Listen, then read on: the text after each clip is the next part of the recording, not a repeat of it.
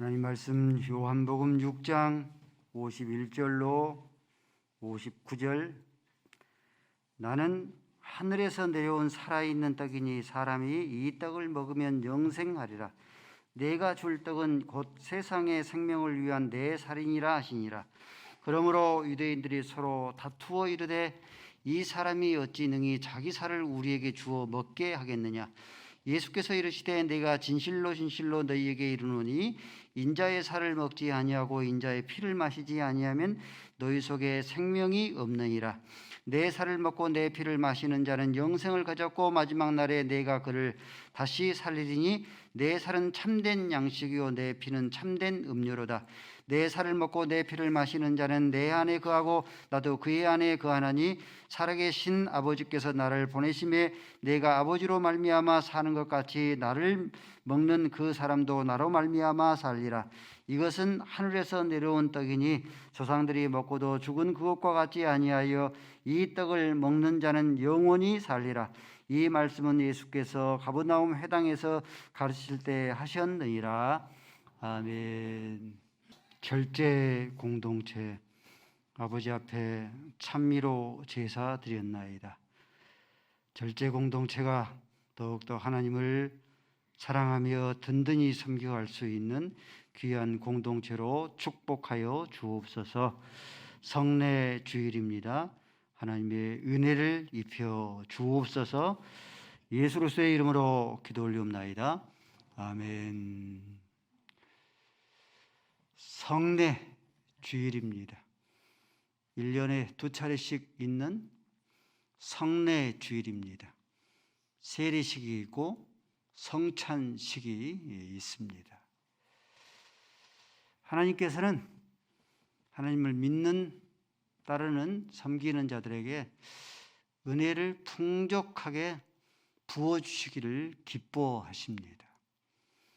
하나님의 은혜가 아니면은, 은혜 아니면은 살아갈 수 없죠. 성도는 하나님의 은혜를 풍족하게 우리 영혼 속에 담아야 되는데, 하나님의 풍성한 은혜를 우리 안에 가득 담으려고 하면은 우리가 어떻게 해야 되는가? 하나님께서는 무엇을 준비하고 계시는가? 성도가 은혜를 가득 누리는 하나님의 은혜의 방편, 은혜의 수단이죠. 하나님께서 무엇을 통해서 우리에게 은혜를 끼치는가? 은혜의 수단이 무엇인가? 은혜의 방편이 무엇인가? 그것은 세 가지입니다. 첫 번째는 하나님의 말씀입니다. 두 번째는 기도입니다. 그리고 세 번째가 오늘 성례 주일인데, 이 성례 주일입니다. 성례를 통하여서 하나님께서 우리에게 은혜를 가득 채워 주십니다. 우리가 하나님의 은혜를 가득 채우려고 하면은 우리 영혼이 메마르지 아니하고 하나님의 은혜로 가득 채우려면 가장 먼저 하나님의 말씀을 가까이 해야 합니다.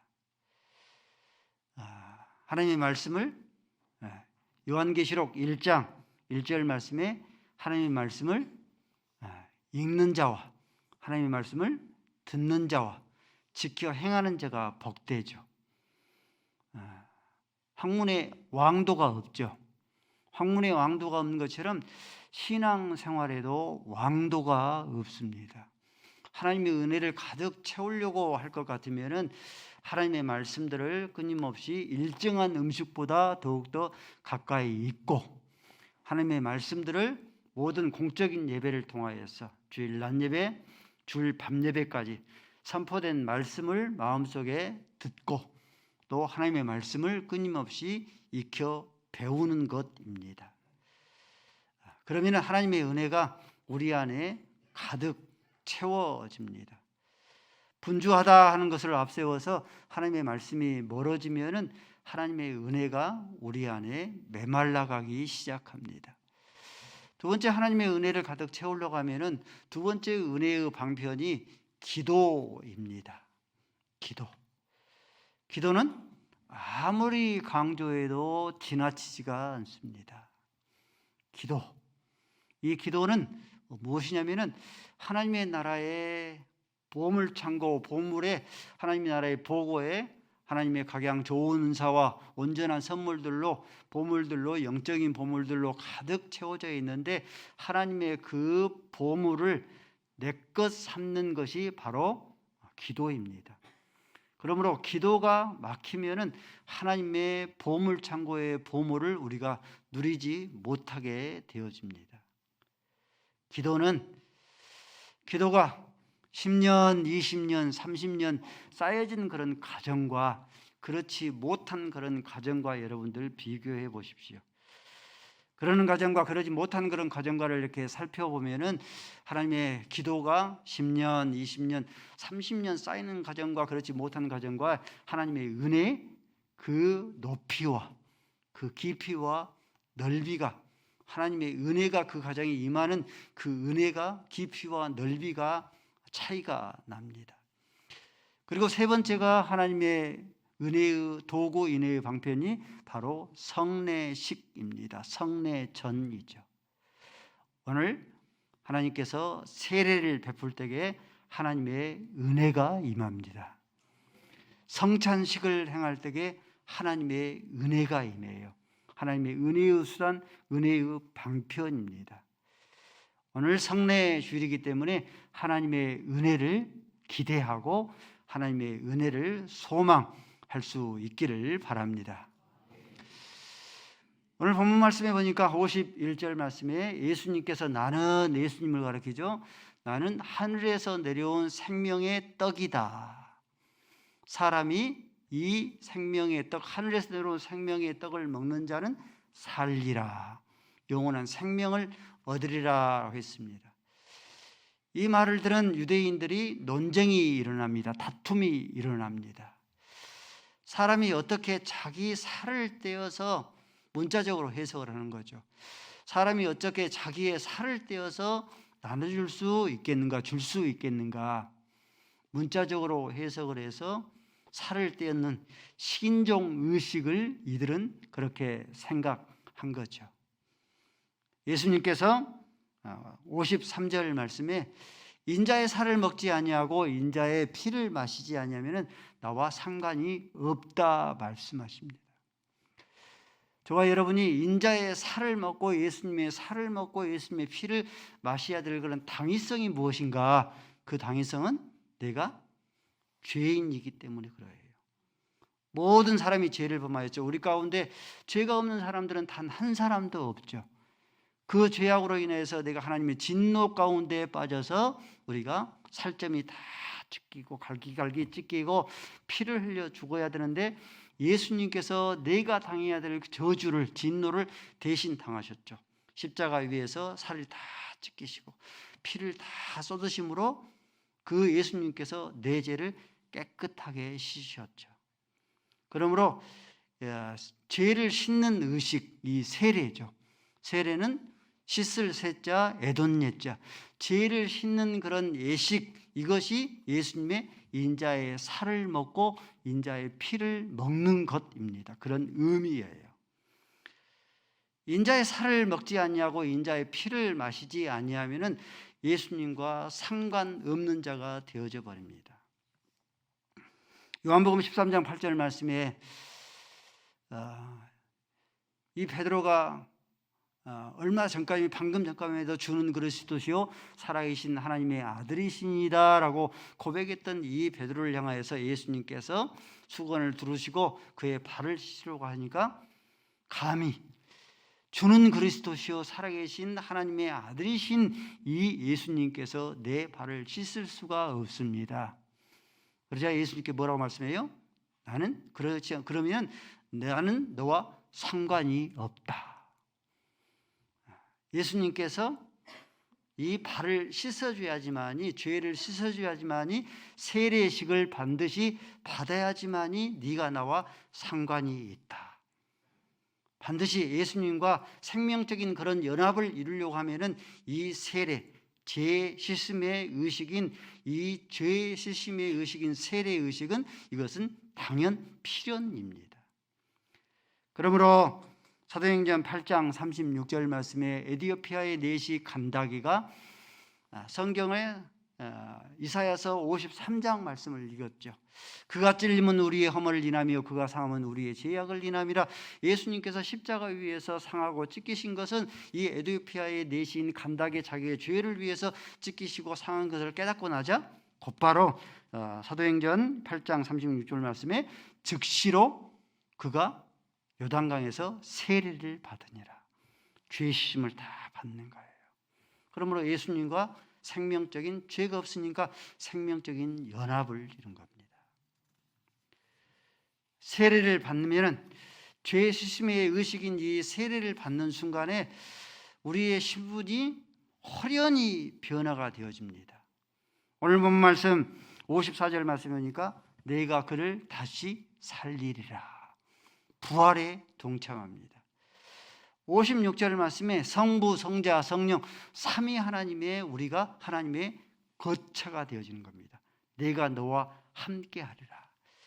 58절 말씀에 내가 너희를 영원한 그런 생명으로 안겨주시리라. 영원한 생명을 주시리라. 갓난아이가 태어나면은 동사무소에 그 생명의 이름 석자가 실리죠. 마찬가지예요.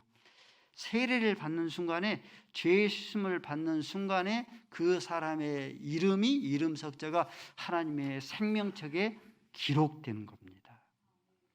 세례를 받는 순간에 이렇게 죄인이었던 자가 의인이 되어지고, 세례를 받는 순간에 흑암의 권세에 있었던 자가 하나님의 광명으로 옮겨지게 되어지고, 세례를 받는 순간에 사단의 종노릇했던 자들이 하나님의 자녀의 권세를 얻는 거예요. 호련히 우리 신분이 낙하산 신분으로, 호련히 우리의 신분으로 변합니다. 이것이 성례식 가운데 하나인 이 세례식이 하나님께서 우리에게 준 은혜의 수단이고 은혜의 방편이에요. 여러분의 일생일 때 가장 기쁘고 감격스러운 한 날을 택하라면 어떤 날을 택하겠습니까? 가장 기쁘고 가장 감격스러운 날, 예수로서의 보혈의 피로 내 죄가 깨끗하게 씻음받아서 세례를 받아서 하나님의 새로운 신분으로 변화된, 호련히 신분으로 변화된 그때가 가장 기쁘고 가장 감격스러운 날이죠. 그러므로 찬송가 285장에 우리가 찬송을 잘 불렀죠. 기쁜 날 기쁜 날, 후렴에 나오죠. 기쁜 날이 될 수밖에 없는 그 이유가 무엇인가? 기쁜 날 기쁜 이유는 내 모든 죄가 다 씻음 받는 그런 날이기 때문에 그러합니다. 세례식에 이어서 성찬식을 거행할 건데, 성찬식을 거행할 수 있는 근거는 세례식에 근거합니다. 성찬식을 거행할 때의 떡은 예수님의 찢기신 살을 의미하고, 포도주는 예수님의 찢기신 피를 의지해요. 그러므로 이 성찬식은 세례를 받는 자만 참여할 수 있습니다. 성찬식이 하나님의 은혜, 수단 방법으로, 이 수단의 방편으로 하나님의 은혜를 어떻게 우리가 누릴 것인가? 감히 주는 그리스도시요 메시아이시죠. 구약의 대대로 이어졌던 그 메시아이시요 하나님의 아들이신, 하나님이신 예수님께서 내 죄 때문에 십자가에서 상하고 찢기셨으니, 그러셨으니 고린도전서 11장 26절 말씀이죠. 그가 다시, 그의 죽으심을, 그가 다시 오실 때까지 우리 마음 가운데 그 기쁨과 감사와 감격을 우리 안에 끊임없이 새기는 것입니다. 이게 성찬식의 하나님의 은혜의 방편으로, 은혜의 수단으로 임하는 하나님의 은혜입니다. 또 예수님께서 여러분들 십자가에서 고통, 순환, 죽음을 당하신 이유가 뭡니까? 죽음을 당한 이유는 바로 저와 여러분의 죄 때문이죠.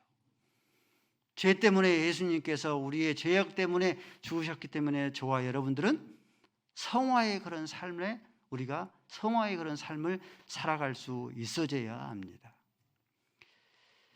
김영재 교수라는 사람이 거꾸로 본 한국교회라는 그런 책을 썼는데, 그 책에서 그렇게 말을 했습니다. 한국교회가 칭의는 강조를 했는데 예수님을 믿으면은 의롭다함을 얻는 칭의는 강조를 했는데 이 성화는 소홀히 하였다. 한국 교회를 그렇게 평가 지적했습니다. 저와 여러분이 떡을 대하고 포도주를 대할 때에 하나님, 나 같은 죄인을 의인되게 해 주셨으니 성화의 삶에 힘쓰겠습니다. 예수의 그리스도의 인격에 신의 성품을 닮아가는데 날마다 힘쓰겠습니다. 우리 마음 가운데 다짐. 이게 성찬식이 우리에게 주는 하나님의 은혜의 수단이고 은혜의 방편입니다. 또 한 가지, 한 뱃속에서 한 젖 먹고 자란 형제들이니까 사랑의 공동체를 이루어야 되죠. 마찬가지죠. 저와 여러분이 생명을 얻은 건 뭡니까? 예수 그리스도의 한 떡, 다른 떡이 아니죠. 다른 살점이 아니죠. 오직 예수 그리스도의 한 떡을, 한 살점을 떼어 먹고 예수님의 한 피를 마시고 저와 여러분이 생명을 얻었죠. 그러므로 믿음의 형제들이 우는 자와 함께 울고 슬퍼하는 자와 함께 울고 기뻐하는 자와 함께 기뻐할 수 있어야 합니다. 행복한 교회는 하나님께서 기뻐하시는 교회입니다.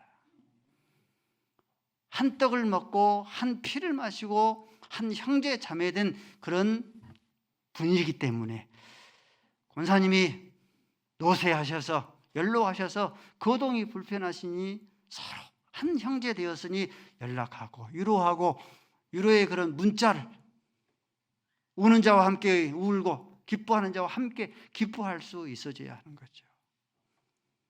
공연을 눈앞에 두는 우리 가정 찾아가서 꽃다발을 전하고 가게를 펼쳐서 자립할 수 있도록 버팀목이 되어주고 기뻐하는 자와 함께 기뻐하고 우는 자와 함께 울 수 있는 그것이 성찬식이 우리에게 주는 하나님의 은혜의 그런 수단, 방편이 되어집니다.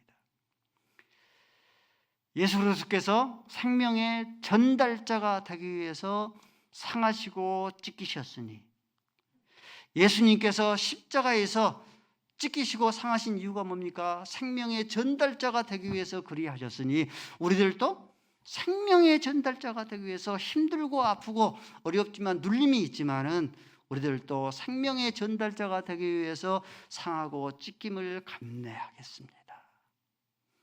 하나님, 다른 것은 다 양보하고 다른 것은 다 타협할지라도 태신자를 품고 태신자를 위해서 기도하고 찾아가서 손을 건네는 것만큼 하나님 양보 타협하지 않겠습니다. 앞장서겠습니다. 우리의 신앙이요 구체화될 수 있어야 돼요. 그렇지 않으면 뜬구름의 신앙생활이 되어집니다. 예수님의 지상 최대의 명령, 하나님께서 가장 기뻐하시는 것, 교회의 본질, 사명, 성도가 하나님을 마땅히 섬겨야 될, 이루어야 될 그 사명이 뭐예요? 그것을 알면서도 우리가 구체화시키지 아니하면은 우리가 뜬구름의 그런 신앙이 됩니다. 이거 힘들고 어려우니까 그냥 다 우선순위 다 밀려가 버려요. 우리의 신앙이 구체화될 수 있어야 돼요. 태신자를 품고 태신자를 위해서 눈물로 기도하고 찾아가서 손을 내미는 거예요. 열매를 맺는 것은 그것은 하나님께서, 이것은 교회의 사명입니다. 성도 여러분들, 복음을 영화롭게 하는데 뒷걸음치지 않아야 됩니다. 하나님의 은혜의 수단, 은혜의 방편, 하나님의 은혜가 저와 여러분 안에 가득 임할 수 있기를 바랍니다.